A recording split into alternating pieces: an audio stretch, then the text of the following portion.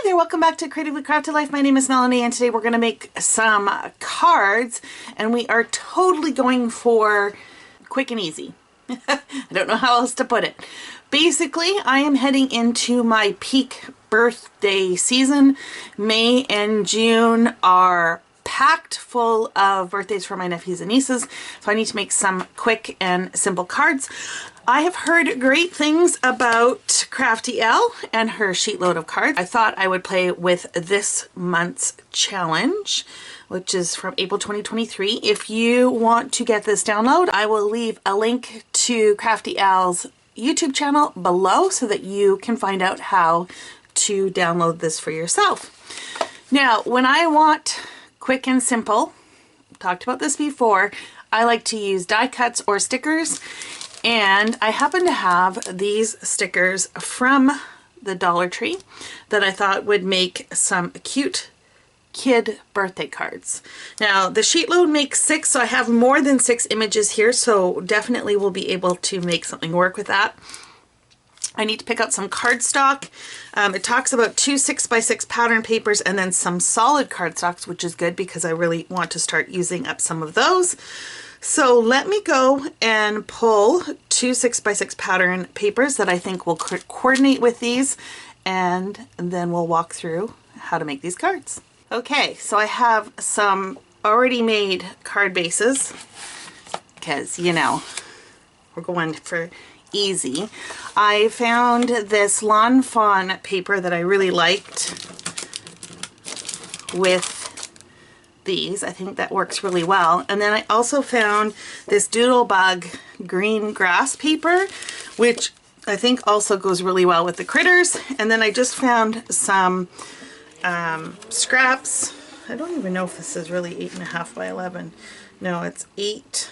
So I don't know. I hope I got enough here. We'll see. Otherwise I'll have to pull some more paper.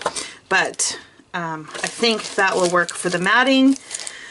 For the sentiment, I pulled out this Hero Art stamp set. It's called Ribbon Messages. I like this Happy Birthday, so I think that's what I'm going to use. Now it's just a matter of cutting the cardstock and stamping. So what's really great about her instructions is she also gives you cutting instructions. So for both of the 6x6 pieces of paper, we're going to cut them exactly the same. And then she gives instructions for the cardstock. So let's get cutting. Now for the next sheet, it is somewhat directional, so I just want to make sure that this is trimmed properly. So the 3x3 squares won't really matter. It's more these strips here that we want to make sure go the right way. So as long as I cut them in this orientation, we should be good. So that's pretty easy to manage. And you guys, I am working on a very, very full desk. What you see is pretty much all the space I have. You can see it's starting to encroach. You know, I'm always organizing my space, and I just, you know, sometimes you gotta craft in a little bit of clutter. Not ideal, but it is what it is.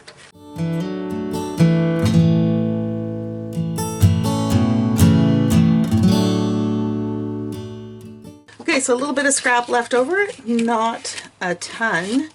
Now for the sentiments, she's saying 3 3/4 by 0.75. Let me just see if that'll work with my sentiment. Oh yeah, that'll easily work. Yeah. Okay, so let me just pull some white scrap cardstock. Okay, so I've got some scrap cardstock. What else do we need to do? I think we need to stamp, and then we will be ready to assemble. Okay, so because we are mass producing, I am going to use my Misty.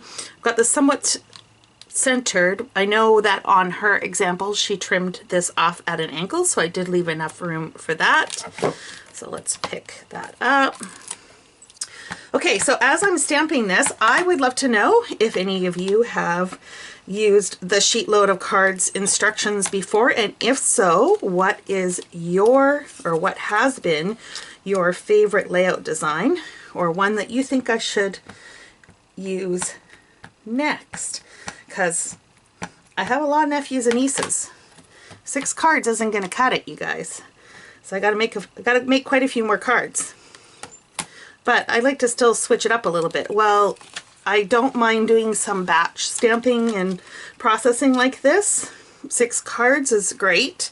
I don't want to do the same design over and over again, not to mention the fact that then the cards all somewhat look the same, and they are going, some of them will end up going to the same families, so we want them, you know, still to be somewhat unique. Okay, so leave your comment below which one I should try next, or if you have a favorite. I'm just about finished here.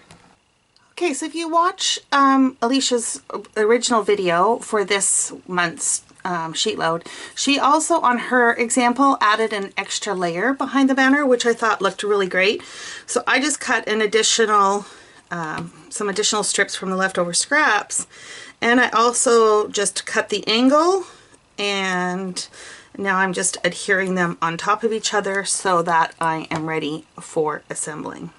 Now from here, it should be pretty straightforward. We're basically going to take one of the panels, we're going to take one of the 3x3 cards and one of the pattern strips, and we're just going to center it and glue that down. So let's do that now. And I'm just using some Barely Art glue.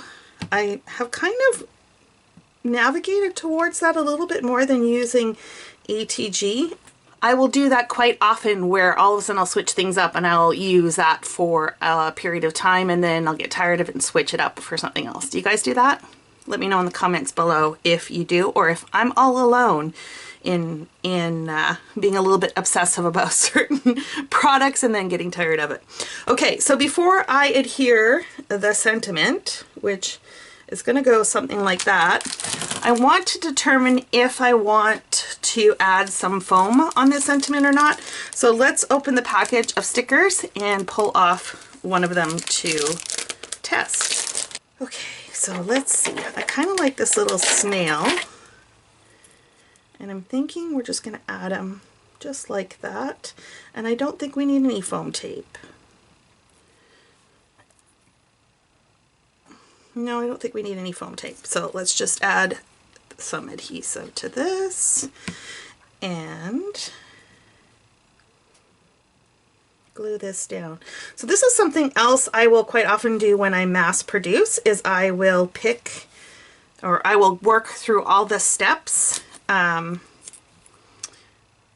one card, and then I will go and do more of an assembly line sort of situation. That seems to work best for me. I like that. Let's take the card base and we're just going to add some adhesive behind this. You could add some foam tape behind here too if you wanted, but I think I'm just going to keep it simple. And I might go back when they're all done and maybe add a few of these little bits and bobs like the clouds or the flowers. We'll see how this all plays out. So that's the first card. Let me go assemble the rest and I will come back and show you the finished results. Oh, you guys, I have to laugh. So I made such a big deal about the orientation of the grass and I still got it wrong, but it's okay, because what we're going to do is we're just going to rotate the card and we'll just have it go this way. So the grass will still be in the right orientation. I can't believe that, especially if I told you guys to watch it. Anyways, these things happen. Okay, so now because I messed that up, the sentiment is not going to work quite the way it would have with the other orientation. So I am going to place it just right across the seam here and just center it. Again, this would work pretty good if you wanted to add foam tape. I'm just going to keep it flat just to keep my life a little bit simpler, and we're just going to adhere it just like so. If I could glue it straight, that would be preferable. Okay, so that's the slight modification I'm making for a portrait card instead of a horizontal or landscape.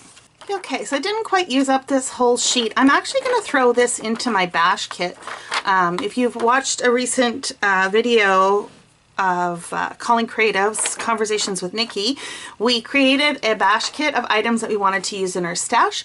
I already used up one of the items in the basket. I'll link the video in the description below so you can check that out.